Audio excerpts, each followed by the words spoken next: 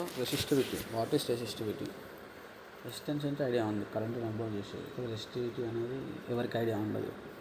Resistivity means R is equal to rho L by A. దాని అర్థం ఏంటంటే are అనేది చేంజ్ అవుతూ ఉంటుంది. రో అనేది ఏంటంటే ఈ రెసిస్టివిటీ అనేది చేంజ్ అవుతుంది. దాని మెటీరియల్కి ఉన్న కాన్స్టెంట్ టెంపరేచర్ అనమాట. ఉదాహరణకు ఒక కాపర్ ఉంది అనుకో, దాని వాల్యూ అనేది ఒక ఫిక్స్ చేసి ఉంటుంది అనమాట. మినిమం ఇంత ఉండాలని చెప్పేసి ఇంతవరకు అపోజ్ చేస్తుంది అని చెప్పేది అనమాట రెసిస్టివిటీ. సో ఆ రెసిస్టివిటీ అనేది రో ఎల్ బై ఏ, ఆ రో అనేది ఇండికేట్ చేస్తుంది అనమాట. అదే రెసిస్టివిటీ. తర్వాత వచ్చేసి మనకి కండక్టివిటీ సేమ్ ఆల్సో. రెసిస్టివిటీ అని కండక్టివ్ అపోజిట్. రెసిస్టివిటీ అనేది ఎంత అపోజ్ చేస్తుంది అని చెప్తుంది, కండక్టివిటీ అనేది ఎంత లో చేస్తుంది అని చెప్తుంది అనమాట.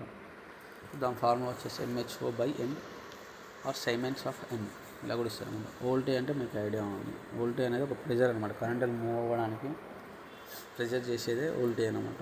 ఎగ్జాంపుల్ ఏంటంటే ఇప్పుడు ఒక వాటర్ అనేవి మనకు అండర్గ్రౌండ్లో ఉంటాయి. ఆ వాటర్ని మనం బయటకు తీసుకురావాలంటే మోటార్ ద్వారా ప్రెజర్ వేసి ఇస్తాం. ఆ ప్రెజరే వోల్టేజ్ అనమాట. కరెంట్ అనేది వాటర్ అనమాట. అట్లా ఎలక్ట్రికల్ పవర్ అంటే వ్యాట్స్.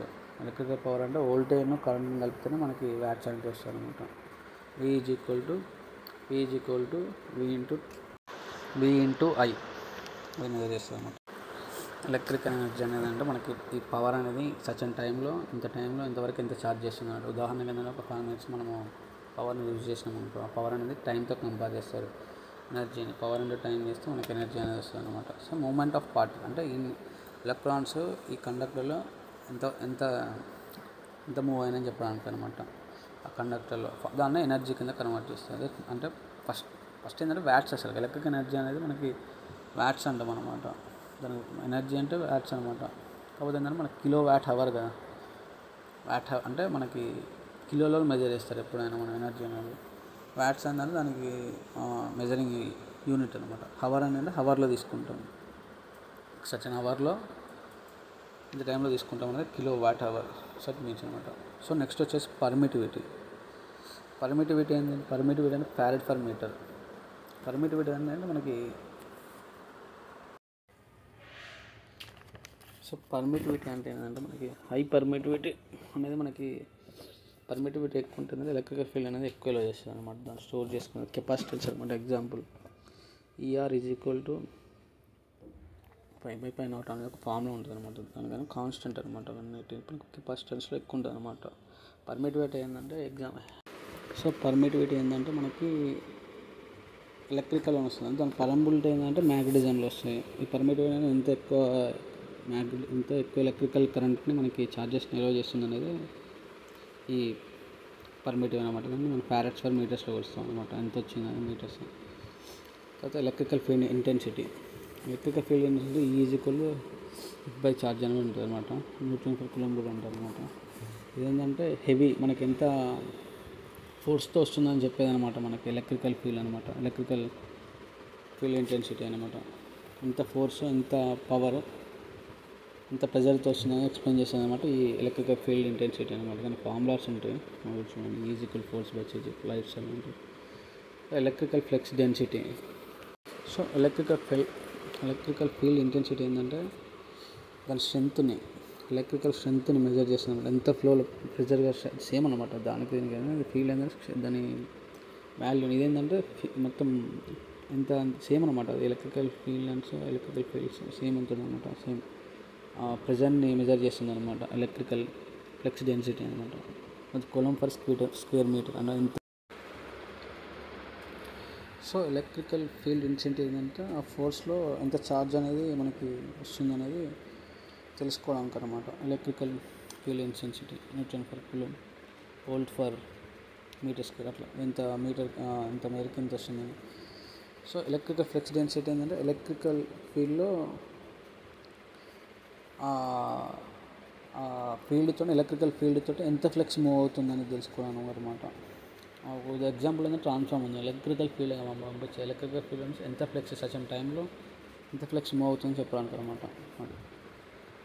అంటే హెన్రీ పర్ మీటర్. మనకి పరంబిలిటీ అంటే మ్యాగ్నెటిజం మీడియంలో ఎంత పరంబిలిటీ అనేది మనకు వస్తుందని చెప్పేది పరంబిలిటీ అనమాట.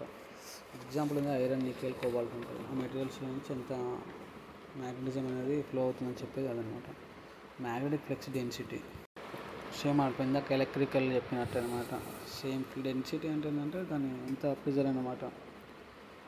అదే సేమ్ ఎలక్ట్రికల్ ఫ్లక్స్ డెన్సిటీ అన్న మ్యాగ్నెటిక్ ఫ్లక్స్ డెన్సిటీ ఎంత వస్తుంది, ఫ్లక్స్ అనేది ఎంత వస్తుంది. దీంట్లో ఏంటంటే సో అంత ఫోర్స్ అంటే ఎంత ఫ్లక్స్ని ఎరోవ్ చేస్తుంది అనేది చెప్పేది అనమాట. సో సిలికాన్ కానీ ఐరన్ కానీ లేకపోతే దేంట్లో సరే నికెల్ కానీ దాంట్లో ఎంత ఎలో చేస్తుందని చెప్పేది పరంబిలిటీ అనమాట.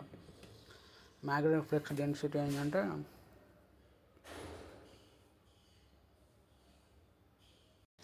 సో మ్యాగ్నెటిక్ ఫ్లక్స్ డెన్సిటీ ఏంటంటే ఆ మెజర్ చేయడం అనమాట. ఆ ఫ్లక్స్లో ఉన్న ఫోర్స్ని మెజర్ చేయడం.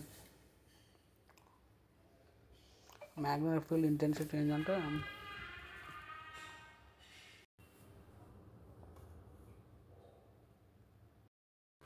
ఆ పాయింట్లో ఎంత స్ట్రెంత్ ఉన్నది అనమాట. దాని ఉదాహరణకి ఏంటంటే ఎగ్జాంపుల్ ప్రెజర్ అనమాట.